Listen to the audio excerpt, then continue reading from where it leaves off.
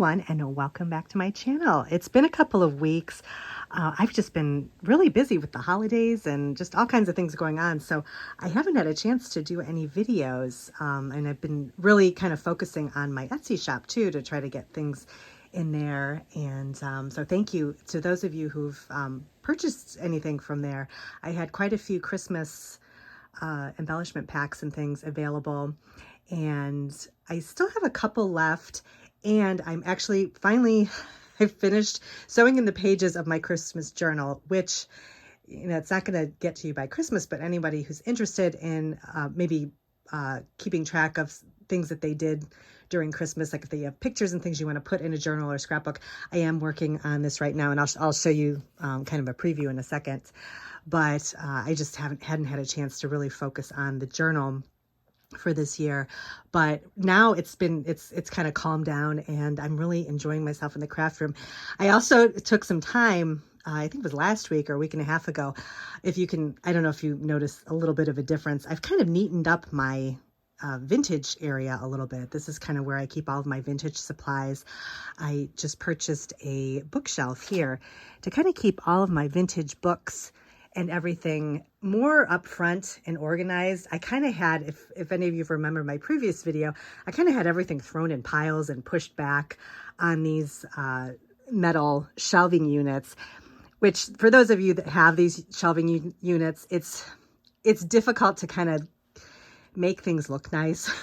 They're very useful and they're kind of utilitarian, but they're not the nicest looking thing. So I feel like when I'm in my craft room, I kind of want things to look nice too. And with these shelves, I've just always had kind of a difficulty with that. So I was trying to do my best to figure out a way to kind of neaten everything up a little bit, kind of combine things, get things better organized. So I'm going to be doing a full video just how I organize my vintage items in January. I still need to do some labeling, and I was just putting some things away. I've also had some really good luck at estate sales lately, and that's been exciting. I've kind of gotten into a rhythm of sort of figuring out what's a good place to go to, what looks like they might have something, and having really good luck. So that's something I've been enjoying too. So I needed a space to kind of make sure I put everything, make sure I don't have too much, and that everything is kind of in its place. So I'm just going to label, and then once everything's ready, I'm going to do a detailed video, because I know there aren't a ton of videos out there on how to organize vintage items, because it can be difficult just because of the different sizes and the different types of things. And, there isn't a perfect way to organize it, but I'm hoping to maybe help anybody out who is interested in finding a better way. I've also kind of put things away that I don't use as much anymore, and that's kind of helped me get organized too. So for instance, all of my vintage Christmas items, actually, I was keeping out, but then I found, why am I keeping these things out if I don't use them all year? And it's kind of the same thing with my card making supplies. I don't keep my Christmas card making supplies out. I have them kind of stored away. So I figured, why not do the same thing with vintage items, since I only really use those once a year.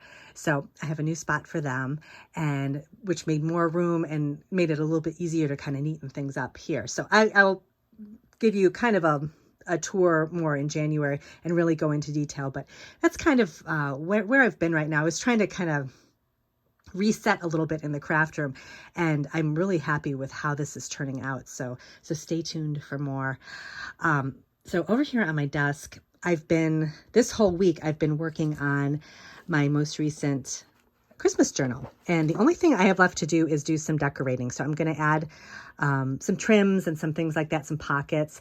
And then I think I'm just going to stuff it full of ephemera and pop it in the shop. And it would be great for somebody who just needs some place to put their Christmas memories. So if you're keeping track of things over the holidays and don't know where to put them, a journal, this little junk journal might be something fun to use. This one, I used a advertising cookbooklet. This is for butter cookies. It's not necessarily really holiday related, but we all make cookies, or a lot of us make cookies on the holidays. So I figured this would kind of be a nice theme for the cover. And I've just put all kinds of fun pages inside. Some of the things are things I found at estate sales. So I've got lined pages and different kinds of pieces of ephemera for the holidays, for Christmas. So I will do a full flip through once I get everything decorated. And so that's kind of what I'm working on right now, is just getting little pieces here and there ready to decorate. This is my craft desk that I like to use for scrapbooking and journal making. So, oh, there's another thing too I've updated. So again, trying to get the craft room a little bit more interesting. Let me pull this card away. Oops, everything goes toppling.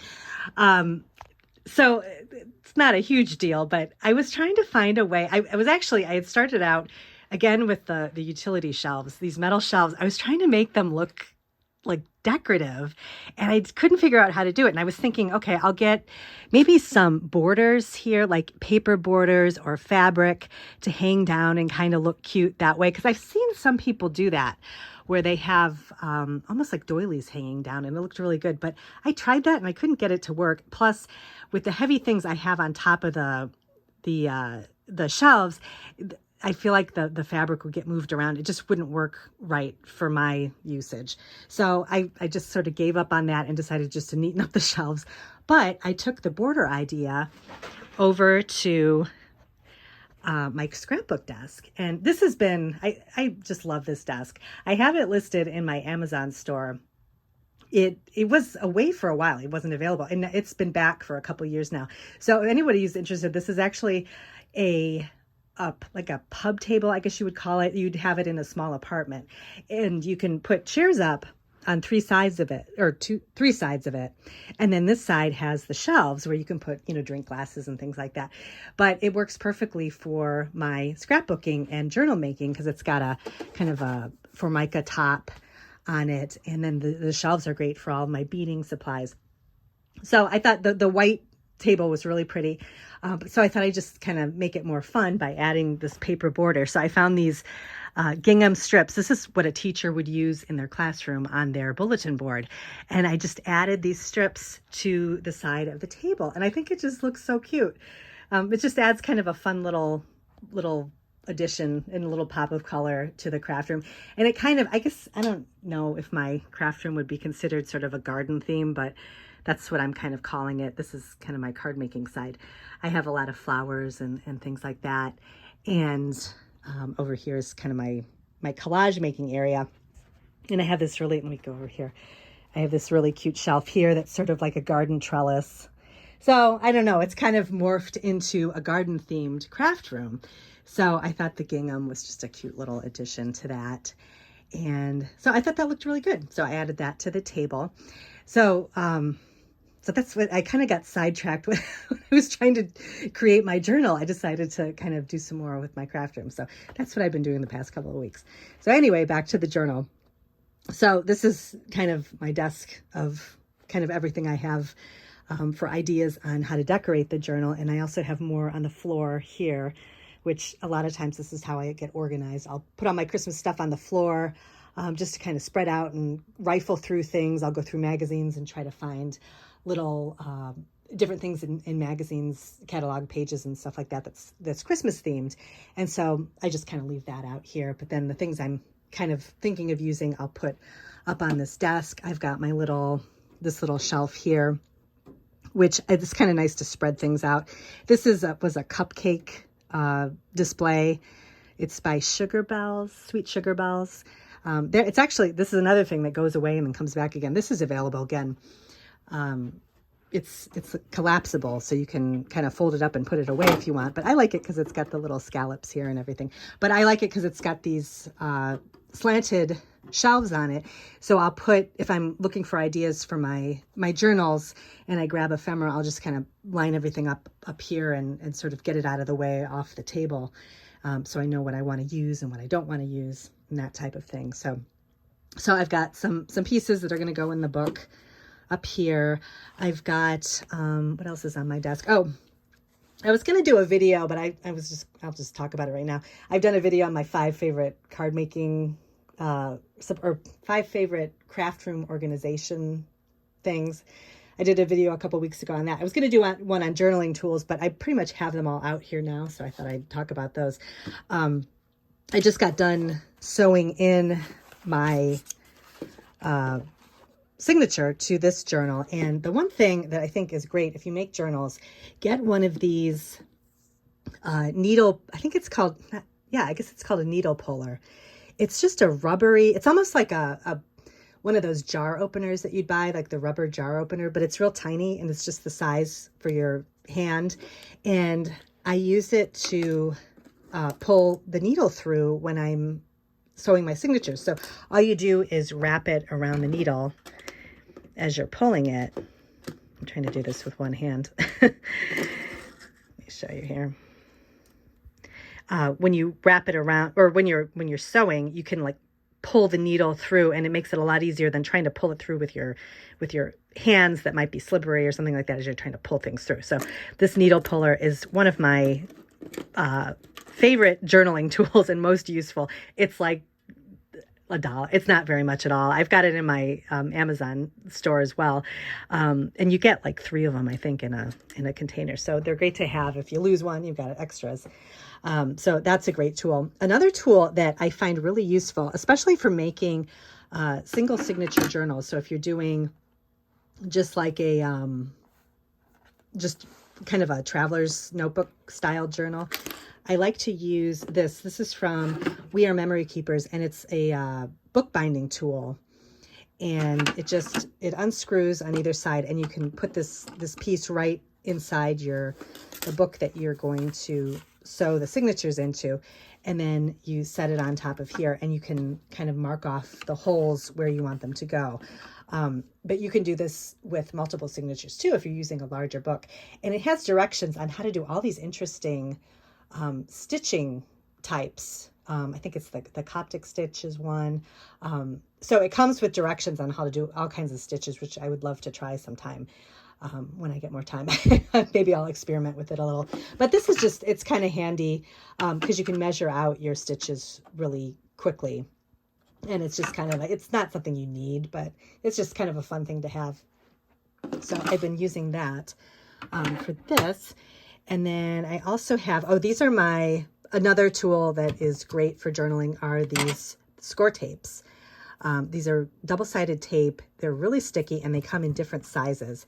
And I get like 4 different sizes. I like the really skinny size. I also like the really thick size. And this one I was using to use on the covers of my journals. So for this journal, for instance, I used it to secure scrapbook paper onto the cover of this advertising cookbooklet. So I just use a bunch of this tape, line the front of the advertising cookbooklet, and then set it on top of the scrapbook paper, and then it seals everything in really nicely. And I find this works a lot better than trying to use liquid glue because you get kind of lumpy parts on it, and it just doesn't look very good. This is nice and flat, and it's very, very sticky, and it holds very well. So you got to be careful with it when you're using it. Like, know that you want to put something down right away because there's no give to, like, there's no it doesn't give you extra time to take it's not like repositionable for a short time. It positions the piece right away. So you want to know where you're going to stick something before you put this tape down. So I just have been using all these tapes for my journals too. Let's see, these are just some more little things I'm putting in my journal. This cute little Christmas card. I'm going to add that. This too. I found these Denison labels, and they're so cute. I love these so much. They're little Christmas themed labels, and I think I'm going to put a sheet of those in the journal. Just tuck it into the pocket. I had another one too. These seals are really cute as well, so I may think about those. And then I got a bunch of these little greeting card tags. They're just kind of like one-sided tags, and I might tuck these into the journal as well. So I was just kind of throwing some things up here that might be interesting for my journal. This is my Easy Runner tape. I really like this. I used to use a tape runner. It was this tape runner in these guns are like the kind that are a little stronger. I was using one from Glue Arts, I think it was called. And this is sort of similar to that big Scotch tape glue gun that I bought, and I could never figure out how to thread. It took me so long, and I probably, if I practiced a lot, I'd be fine with it. I watched a really good YouTube video on trying to do it. It just took so much time to do, and I wasn't able to. I just would always twist everything and it wouldn't be good. So I was using that other one I was talking about, the Glue Arts one. They discontinued that. They don't make it anymore. So I found this one from Scrapbook Adhesives, and this is really good too. It has a really nice, the tape goes on really well, and you can really line it up as you're running the glue gun across the piece. So I would use something like this for, I would either use this or the score tape for securing washi tape. Because if I'm going to use washi tape on a card or something decorative, I want it to stick a little bit better than normal washi tape would. So I add some extra adhesive. So this is a good kind of a thin tape runner that you can kind of run along things, and it works really well. So I like this as a replacement for my original one that I used to use. And then, I've got some hot chocolate because I just brought it down to get in the mood for the holidays. This is my Spode cup. I love anything Spode, anything vintage dishes. And this was a cute mug that I got. It actually came with 2 mugs and a little ceramic spoon to go with it. It would be a cute little gift if anybody was looking for like a little gift giving thing to send out. Oh, one other thing. I found these are really handy for journals. Like if you want to have a little fastener to close a little door or a little card or something in your journal, these are little Velcro fasteners. And I like these because I didn't even know these existed in this small of a size. So they're basically, one side is the hook and one side is the loop, and they're self-adhesive, and you just put 2 together and attach it to whatever you want it to open and close, and then you just tear them apart and they open and close. But they're great because they're real tiny. I had a set that were larger. They were almost like the size of a quarter or maybe a penny. And they were just a little big and kind of bulky for the piece. I was using it to open and close a little, actually, I'll just show you because I've got it in here. One of these little send and seal cards. And I like to do that in journals, have the send and seal cards and then have a little way to open and close it. And I just used it, you can see it right there, this little Velcro dot, and I've got it right in here. And then you can close up the send and seal card, and you can have like private journaling or whatever you want in your journal. So I thought that's kind of a fun thing to have to use. So these are great. These are available on Amazon too. And they're a nice little tool to have in your toolkit for journaling. Just very handy. And then I think that's everything on my table. Oh, this is another booklet I found, advertising cook booklet I found at the antique mall. And I loved the color of this. It's kind of a minty green.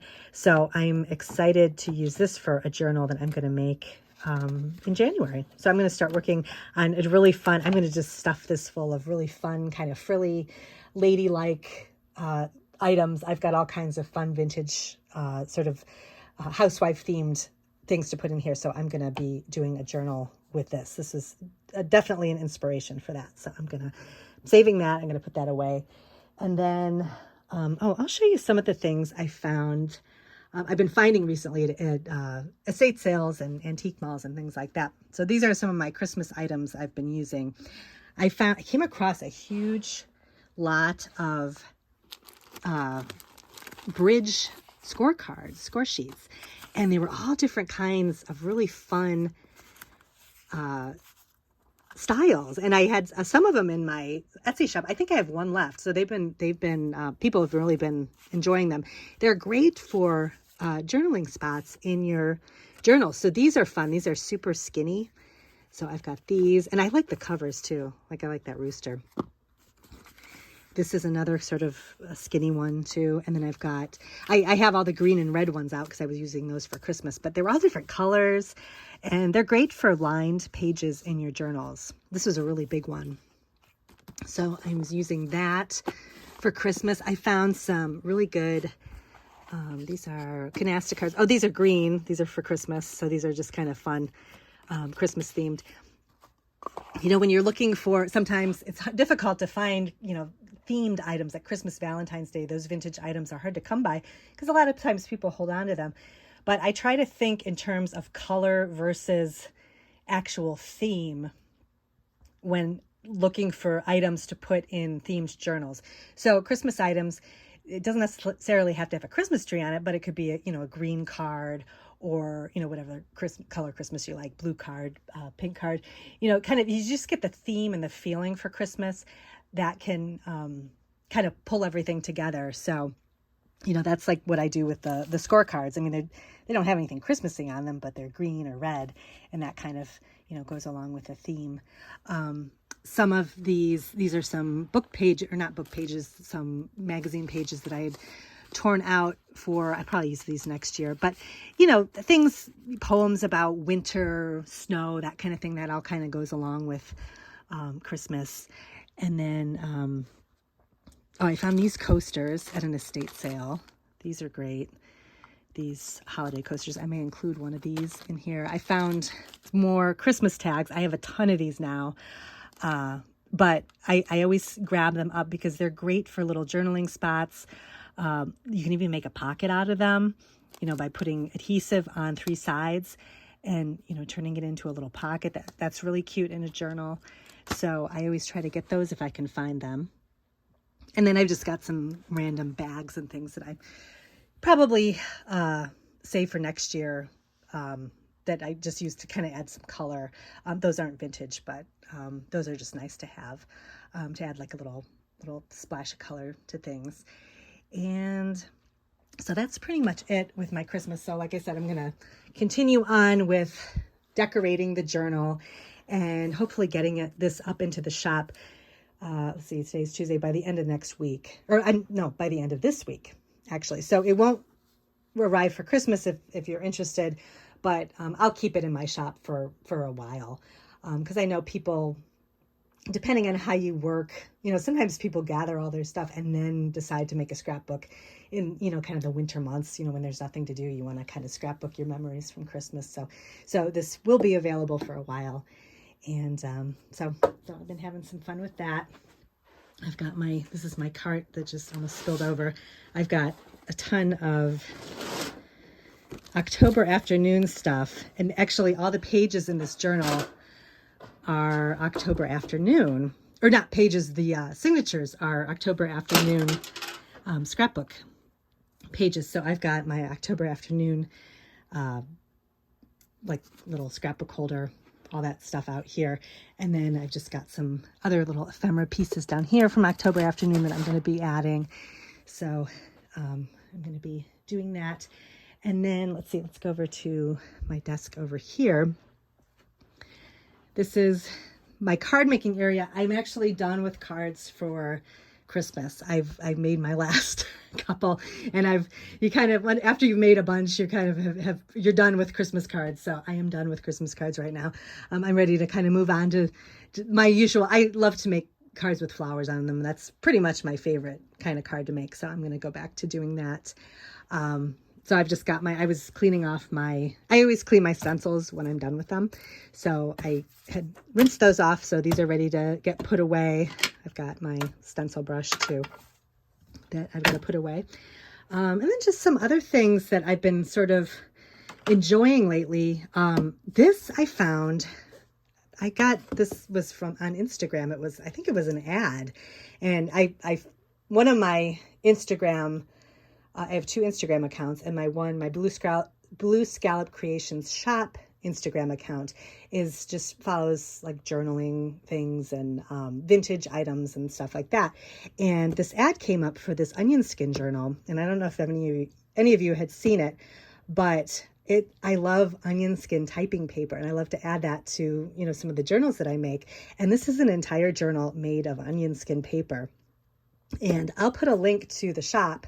And this isn't sponsored or anything. I just really enjoy the journal. And I haven't started writing in it yet, but you get it.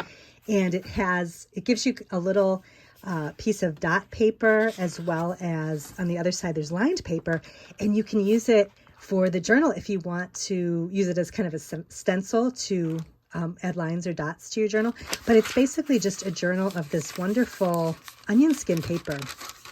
And if you go on the website, it kind of explains about onion skin paper and how sturdy it is and the things you can do with it. And on the Instagram account, you can follow people that do all kinds of really pretty things with the journal. So I was excited I love a unique journal. And so this is a hardcover. I like the butterfly one, but they have all different ones too. Different themes that you can purchase. So this would make a really fun gift if you're looking for something last minute for somebody.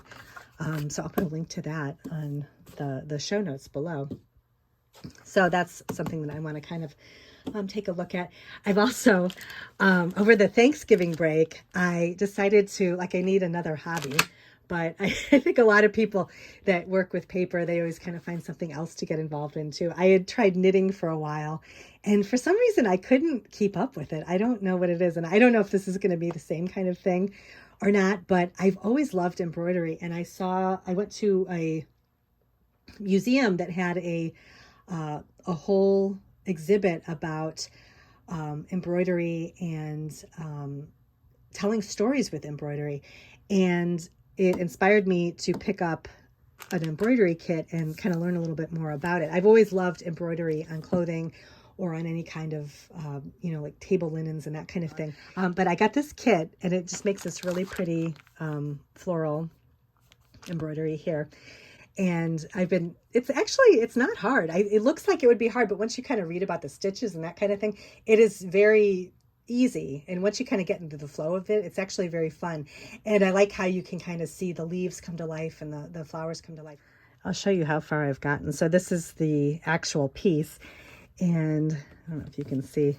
So I've done 2 of the little leaf outlines of the flower. So that's as far as I've gotten so far. But it doesn't look too bad. I think I did all right with it. I don't think it's supposed to be perfect, because that's not really how a flower is. I try to make it pretty perfect because I know, you want it to be neat.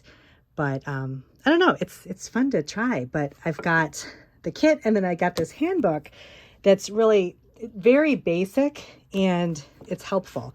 So this kit also comes with some, stitch, explains the stitches and that kind of thing.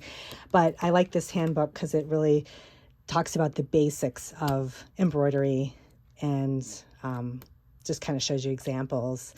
So this has been really fun to kind of learn something new. It's something different. I've always said, you go from one thing to, I try to do a couple of things, paper crafting type things. I go from card making to journaling in my craft room, but then sometimes you just need a little break altogether. And so you can go and do a different kind of hobby. So I've been there's been some great Instagram posts on embroidery. So I'm following a couple of people there. I can put, if you're interested in embroidery, I can add them below and kind of show you what I've been looking at. And I've also been enjoying miniatures.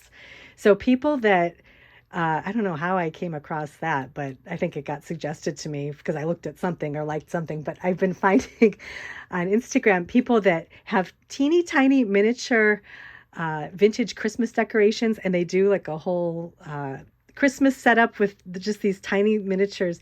And I can't stop watching. It's really fun. So I'll put a couple of those down there too if you're looking for something interesting to look at. But I don't know what it's called when you're, I guess, a miniature enthusiast or something. But people that have the doll houses, and I love that kind of stuff. I never had a doll house as a child. I had the Barbie house, which was awesome. But I always wanted an old-fashioned dollhouse. And so I love watching the Instagram posts on the dollhouse decorating and the little miniature things. So that's been fun, too. And then one other thing I wanted to talk about, I brought my appointment book down because with the new year coming, and, we all talk about, wanting to get organized. And I know I have a plan every year where, what can I do better? How can I stay organized better? And I've tried different ways of planning. I've done kind of the happy planner route with the decorating the planner. which is fun, but it's also time consuming, and it's not, I don't have a lot of time to be, doing the stickers and that kind of thing, but I want something that's useful, that I can really kind of use my time well, because I do a lot of different things, and I want to make time for in the craft room, and I want to, use my time wisely to make sure I'm getting things up in my shop and that kind of thing, but then also balancing it with my life. So I was really interested in block planning. I've heard about that through a couple of different YouTube channels, and I like the idea of block planning. So you have a certain time in your day where you kind of block out times for different things. And as, parents and things like that, I think that that's very helpful when you have a lot of different balls in the air that you're juggling. If you have work or if you've got kids and you've got everything, I think the block planning can be helpful. It's been helpful for me. I've been trying it over the past couple of years, and it's been pretty helpful. But the other problem I had was trying to find the right planner to use it. The happy planners, there is a way to block plan in happy planners, but they're so big, and I like to be able to carry something in my handbag and run out and always be able to, because I use a paper planner when I'm scheduling appointments and things. I don't like to use my phone, just because I feel like if I lose it, or if I lose something or delete something, then I don't have it. So if I have it on paper, which I know you can lose your planner, and that's the same type of thing, but I don't know, there's something about writing something down that I enjoy. So anyway, that's why I use a planner. But I wanted to find the right size, something that wasn't too bulky, that I can just quickly carry around with me, that's not going to rip. And this, for the past 6 months, I've been using this planner. This is just a basic Amazon planner. I think I typed in, I was looking for a planner that had kind of the hourly times on it. So it had a full calendar plus pages that had hourly on them. And I found this appointment book, and I actually ended up, so they have a version that's kind of the school year version. So it starts in January, or it starts in, it goes, I think, from June to June, or however the school year goes, I forget. Yeah, it goes August to June, or however school years go. So that can be helpful, but I didn't realize they actually had a full year one.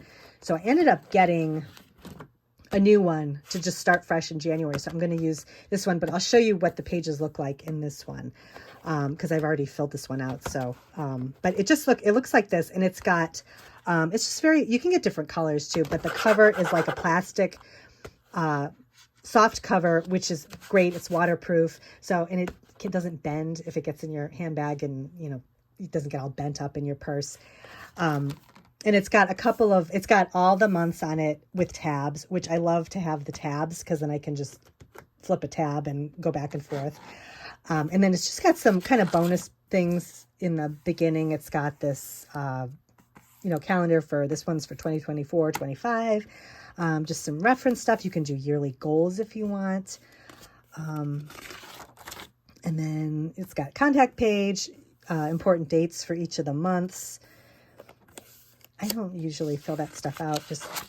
I don't know why. And then I noticed that it gave you some bonus pages from 2023. So it's got October, November, December of 2023. And the thing I like about the calendar, the full 12-month calendar, is each of the calendar days have lines on them. And I like to write things neatly on the little calendar squares. So it's got the lines, so you can kind of keep everything straight and everything. So that's what I liked about this too. So it's got November, December, and it starts off in January. And then let me show you what the regular months look like. So you get the full month. So you get the one I have as December, or has January to December. But like I said, you can get the school time too. That's August to June. So you get the full calendar here. And then on the next page, this is where the block planning can come into play. It has each week, it goes Monday to Sunday of the week. And then you can plan out your daily schedule it starts at 7 o'clock and then goes all the way down to 8 o'clock at night. So, if you have kind of a different schedule, maybe it wouldn't be so convenient, but this works pretty well for me. If I have anything before that, I would just you know, put something up at the 7 o'clock and just make a note. But the thing that's great about it is that you can do your blocking. So I'll use just different colored highlighters and block off, you know, different time frames for, you know, if it's exercise, if it's working in the craft room, if it's other work duties that I have. I'll just kind of put that in here. And then I'm going to kind of mix in everything that I need to do in the day, including Etsy shop and craft room stuff. I do still use Trello, which I really love, that I use that exclusively for my Etsy shop business. And I think I did a video on Trello quite a while ago. Trello is just an app that you can get that helps you kind of organize. It's a kind of a meeting organizer, and you can invite people to be in on it, but I just do it for myself and plan out the things that I want to do for my Etsy shop just in Trello. And that I keep digital because that's fine. That works for me.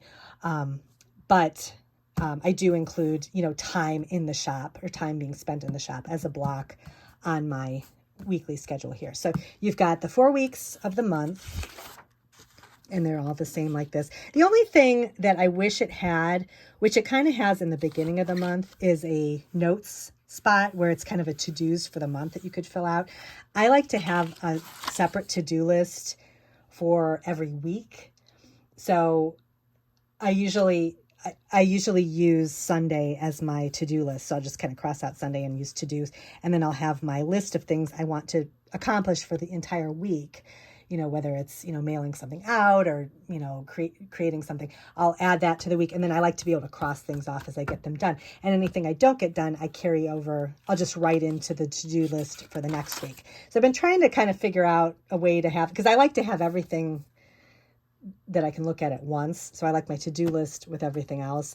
I also have tried just putting a Post-it note, a sticky note on the front of my planner with my to-dos for the week. That's worked out too, and I can kind of cross things out. So, you know, I've been kind of experimenting with that. But so each month just has the 4 weeks on it to cover your hourly planning as you want it. And what I usually do is I will put a paper clip on the month page and then the week page so that I can easily flip back and forth to look at my week and look at the month, because I don't like to do a lot of page turning. Otherwise, I'm not going to use the planner. So that paper clip helps. And then the tabs help too, because I can just flip to the month that I need. And that's very easy to do. So this is what I've been using for the past 6 months. It's also what I plan to use in the new year too. So if you are looking for anything, and this is actually the one I'm using, just a full year version.